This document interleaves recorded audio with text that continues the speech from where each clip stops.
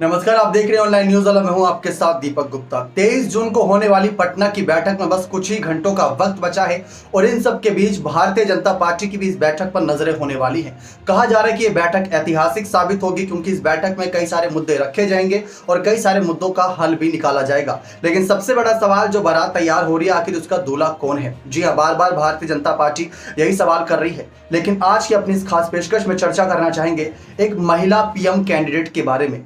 भारत देश में देखा जाए तो पीएम मोदी को जिस तरीके से चुनौती दी जा रही है विपक्ष के द्वारा, बहुत ही काबिल तारीफ माना जा रहा है इस कदम को नीतीश, राहुल जैसे बड़े नेताओं के द्वारा। लेकिन अगर भारत देश का इतिहास उठाकर देखा जाए तो इंदिरा गांधी के अलावा कोई महिला के तौर पर बड़ा पीएम फेस नहीं निकलकर सामने आया। लेकिन इंदिरा के बाद अगर किसी में उनकी छवि नजर आती है तो कहा जाता है कि प्रियंका जैसे बड़े नेताओं में। अब प्रियंका गांधी का नाम अचानक से क्यों सामने आ रहा है, जबकि प्रियंका गांधी ने अपने राजनीतिक जीवन में अभी तक एक भी चुनाव सही से नहीं लड़ा और अगर लड़ा है तो कोई भी चुनाव में सही से जीत हासिल नहीं करी। तो सीधा क्या पीएम पद के लिए उतार देना यहाँ पर बड़े नेताओं के लिए चुनौती नहीं होगी? अब नीतीश, केजरीवाल, ममता बनर्जी जैसे कुछ बड़े ऑप्शन हैं। पहले इनके बात करके आपके लिए हल कर देते हैं, आसान समझना।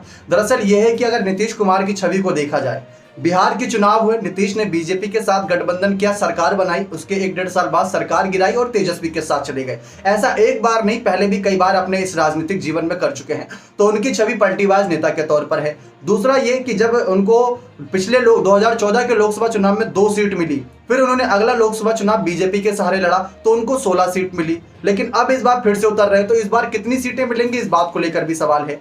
अब बात आती है केजरीवाल की।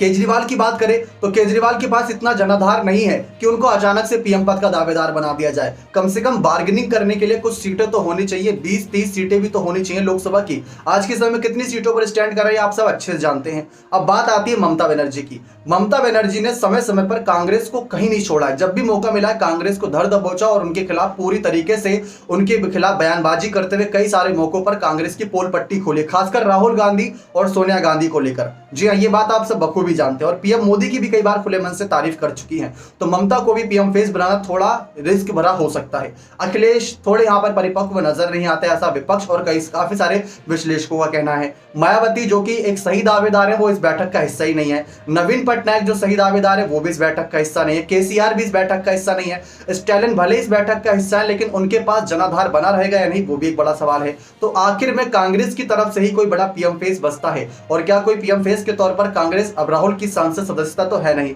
अगर मिल जाती है तो अच्छी बात है, वहां पर जोर लगाया जा सकता है राहुल गांधी को आय करने के लिए, वरना प्रियंका गांधी सबसे अच्छा दावेदार रहेंगी। जी हाँ, कहा यह जा रहा है क्योंकि जो पूरे भारत देश में छवि है, पूरे भारत देश में वो प्रियंका गांधी ने अपनी बना ली है। अलग अलग राज्यों में चुनाव प्रचार के लिए गई, वहां पर उन्होंने अपनी छवि बना ली।